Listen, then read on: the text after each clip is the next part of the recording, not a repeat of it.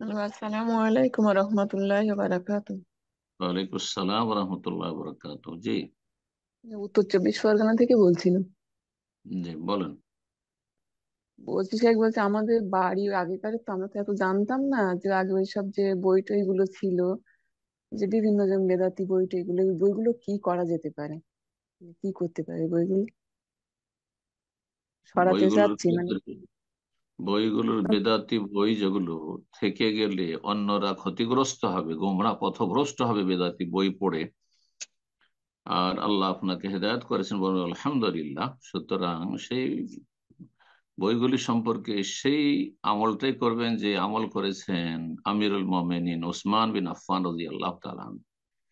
ওসমান রাদিয়াল্লাহু তাআলা আনহুর জামানায় যখন কোরআন কারীম 30 পারা সূরায়ে ফাতিহা থেকে সূরা নাস পর্যন্ত এই মুসহাফ আকার গ্রন্থাকারে লিপিবদ্ধ হইল, সংকলন করা হইল, তখন বিভিন্ন যে সাজ কেরাত গুলি রয়েছে বা বিভিন্ন বংশের ভাষায় যে তেলাওয়াতের অনুমতি ছিল, 7 বংশের ভাষায়, সেগুলিকে একত্রিত করে তিনি জ্বালিয়ে দিতে বলেছেন। সহিহ বুখারীর হাদিস।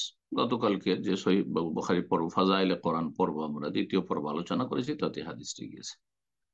সুতরাং এই সন্ন্যার উপর আমল করে এটা সবচেয়ে বেশি নিরাপদ।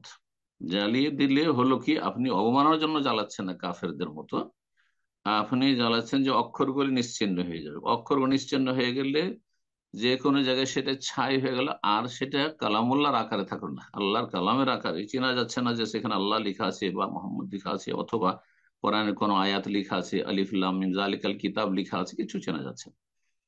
পক্ষান্তর সেটা পানিতে ফেললেও সেই অক্ষরগুলি থেকে যাবে, মাটিতে পুঁতলেও সে অক্ষরগুলো দীর্ঘদিন থেকে যাবে। বোঝা গেছে? সুতরাং মাটিতে পুঁতলে যেই জায়গাতে মাটিতে আপনি চাপা দিলেন সেই জায়গায় কেউ পেশাব পায়খানা করতে পারে, সেই জায়গায় কেউ বসবাস করতে পারে, হাঁটা চলা করতে পারে। যদি পানিতে ফেলে দেন, সেখানে দীর্ঘ সময় সে অক্ষরগুলি পানিতে ভাসতে থাকবে, সেখানে অনেক নাপাক জীবজন্তু সেখানে রয়েছে। অথবা পেশাব পায়খানা নাপাক বস্তু তাতে গিয়ে লাগছে, তাতে অবমাননা হবে। তার চাইতে ভালো আপনার খলিফায়ে রাশেদের সুন্নাত। নবী সাল্লাল্লাহু আলাইহি ওয়াসাল্লাম বলেছেন, আলাইকুম বিসুন্নতি ওয়া সুন্নাতুল খুলাফায়ে রাশিদিন আল মাহদিন মিন বাদি।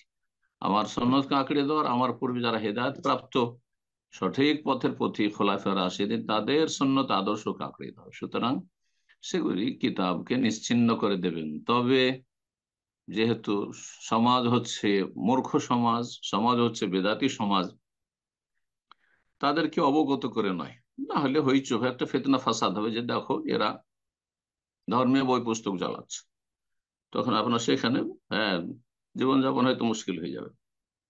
এমনটা যেন না হয়, এই হেকমা অবশ্যই অবলম্বন করতে হবে। জি। কারণ মানুষরা হচ্ছে আজকাল মূর্খ অধিকাংশই, আর আবেগী। মূর্খতার সাথে দিনের জ্ঞান নেই, আর আবেগ বেশি রয়েছে। সুতরাং মনে করে যে কাফের হ্যাঁ কোরআন হাদিস জ্বালানো অবমাননার উদ্দেশ্যে, আর আপনার জ্বালানো হয়তো একই রকম না। ইন্নামাল আমল ও বিনিয়াত, মানুষের আমল নির্ভরশীল নিয়তের উপর। আপনার নিয়ত হচ্ছে যে সেটার অবমাননা যেন না হয়, আর সেটা কারো হাতে চলে গেল, হ্যাঁ এই পুস্তক আকারে সেটাকে নিশ্চিহ্ন করলাম না, আর এভাবে মানুষ যেন গোমরা পথভ্রষ্ট না হয়ে যায়। জি। এই কিতাবগুলি থেকে ক্ষতিগ্রস্ত মানুষ না হয়, থেকে গেলে এটা হচ্ছে উদ্দেশ্য। আর অক্ষরগুলি থেকে গেল আর তার অবমাননা হলো, এটাও যেন না হয়। সুতরাং ওসমান রাজি আল্লাহ তাআলার সুন্নত হচ্ছে সবচাইতে উত্তম পন্থা, যার উপর আমল করবেন ইনশাআল্লাহ। জি।